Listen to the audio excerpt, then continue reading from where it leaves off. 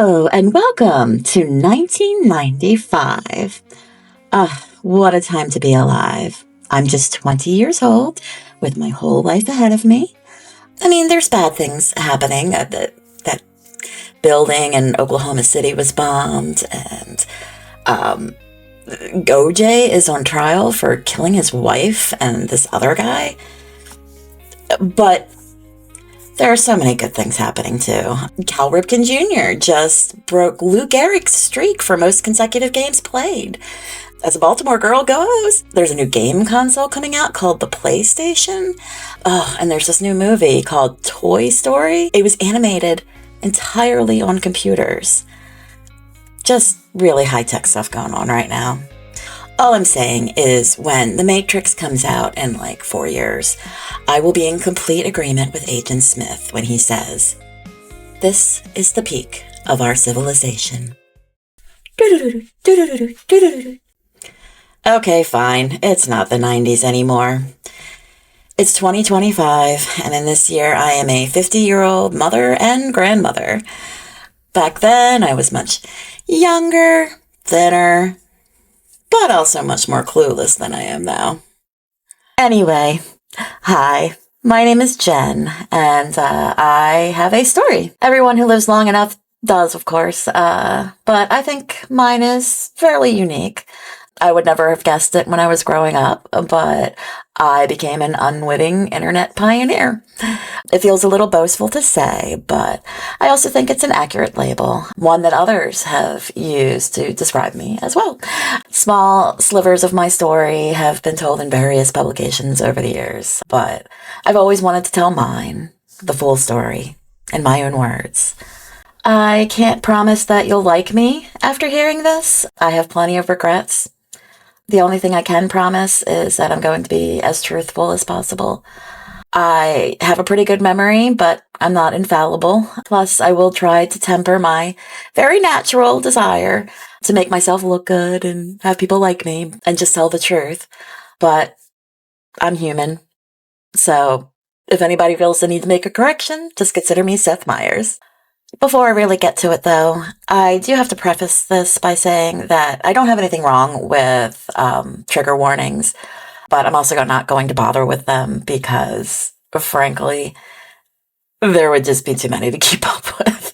But seriously, if there's a topic that would upset you in a way that would harm your mental health, by all means, skip this. It's not important enough to take that risk. I will be opening up about a lot of things that have happened.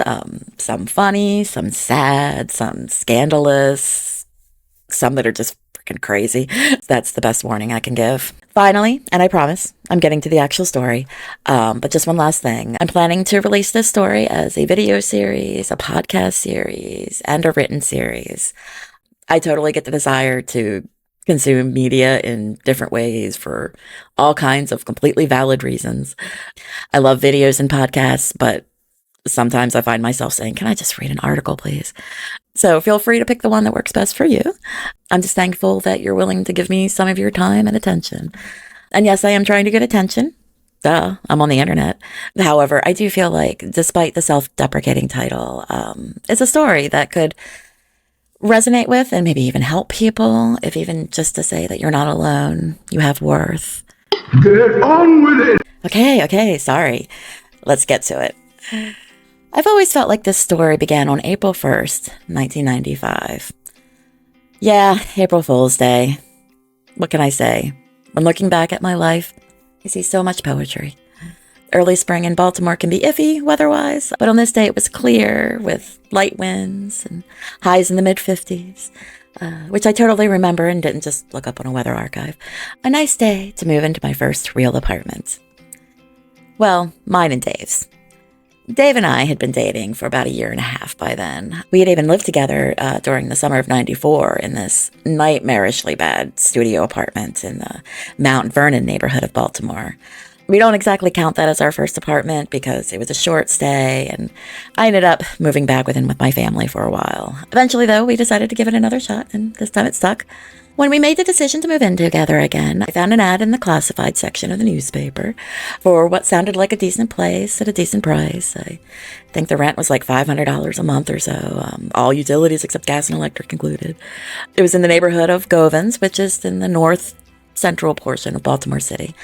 In fact, it was less than a mile from the county line and just a couple of blocks south of the historic Senator Theater on York Road. Bruce Willis filmed the theater scene of 12 Monkeys while we were living there. And I never saw him, but I did see a picture of him in the newspaper, walking very close by to where our apartment was. It's very exciting. The place itself was a little one-bedroom that sort of looked like it had been slapped on top of a building as an afterthought. Below us was a State Farm office, and the agent was our landlord. It was a bit on the old side and had this weird design where you had to step down into the kitchen and the bedroom. In fact, you had to step down 2 steps and then up 1 to get into the bedroom. It was only a matter of time before I sprained my ankle hurriedly getting dressed for work one morning. It only had 1-room air conditioner in the living room, and during the summer we would hang sheets to cover the doorways to the kitchen and the hall so that we could have 1 room that would be bearable during the hot, sticky, stifling Baltimore summers.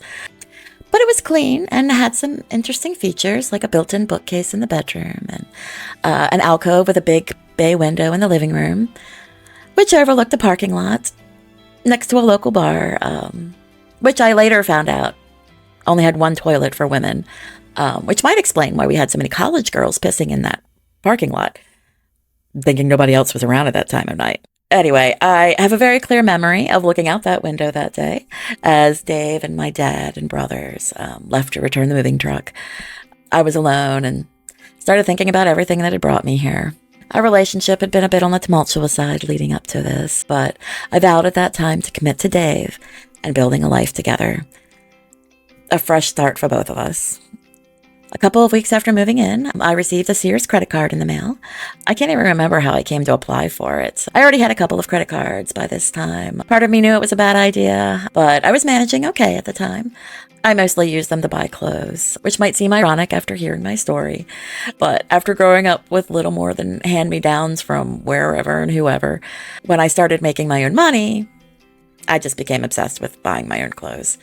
I mean, I didn't go crazy, but I was always on the lookout for something cute and cheap. Heck, I still am. With this card, though, Dave suggested we buy a computer. I was not into computers at all, but I love Dave and I wanted him to be happy, so sure, why not? So we took a bus up to the old Hunt Valley Mall. It was a bit of a journey because we had to make a transfer in Towson, but that was where the nearest Sears happened to be. There, Dave spent a long time talking with the salesman in the computer section. I had no input. I was just there to pay. So I went off wandering around the store for a while. I think I bought a hammer and a couple of new dresses while they talked about motherboards and state-of-the-art 14.4 modems. When he'd finally made his choice, we realized we didn't have enough of a credit limit on my Sears card to cover the whole thing.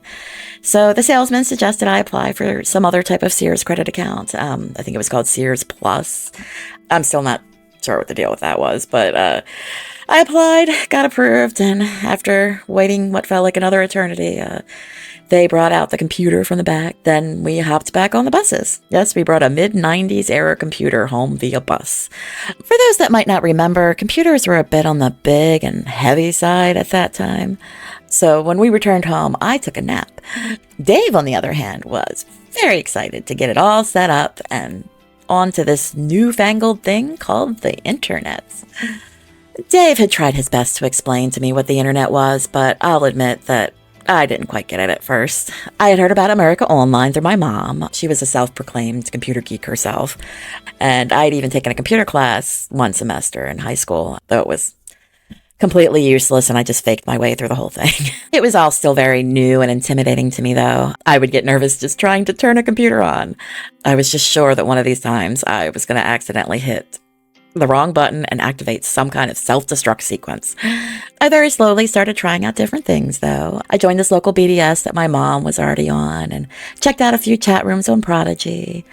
It was mildly interesting, but I didn't get a lot out of it. Meanwhile, though, Dave was on the news groups, or Usenets. It was there that he discovered people were posting photos of real naked women.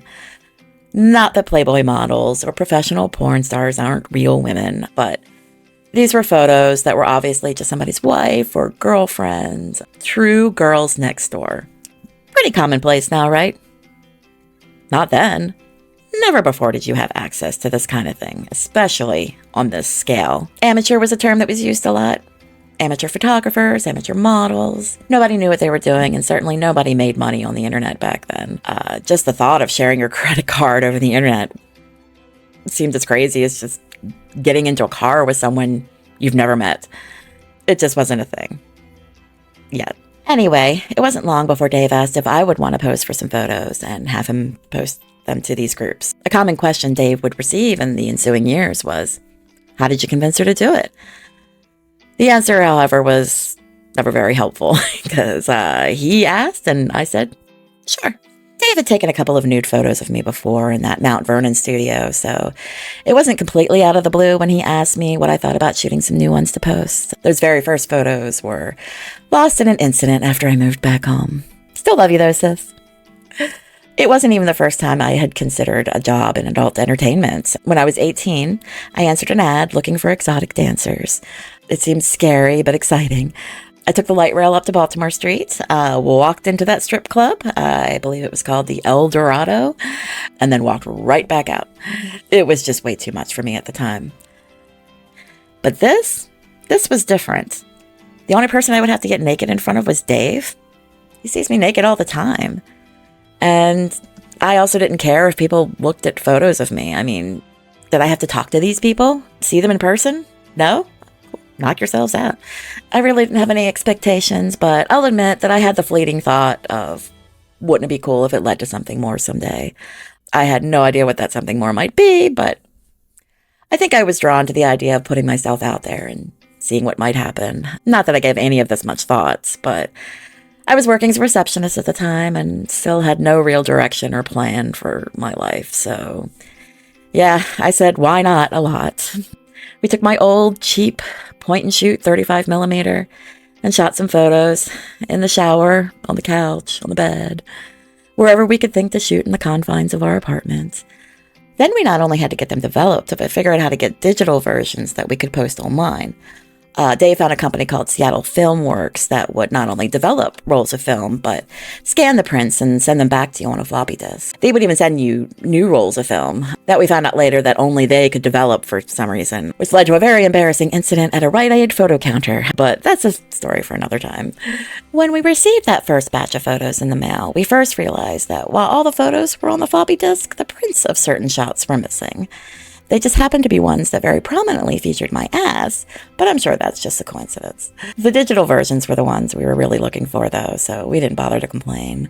There weren't really any other viable options for us at the time anyway, so we continued to use them for quite a while, despite never getting all the prints.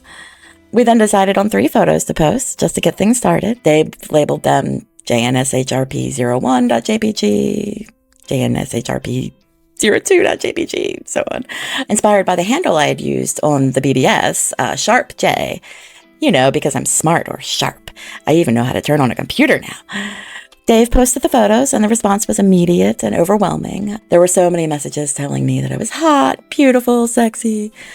One even accused us of posting photos of a professional model.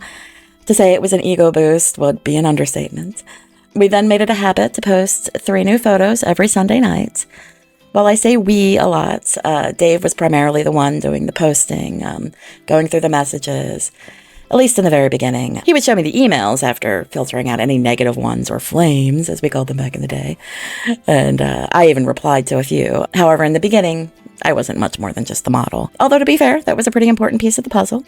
Plus, the story doesn't end there. Far from it. This is truly just the very beginning. But for now, like, subscribe, all that good stuff. Tell me in the comments what you think. And I'll be back next week with the next chapter. Until then, be well.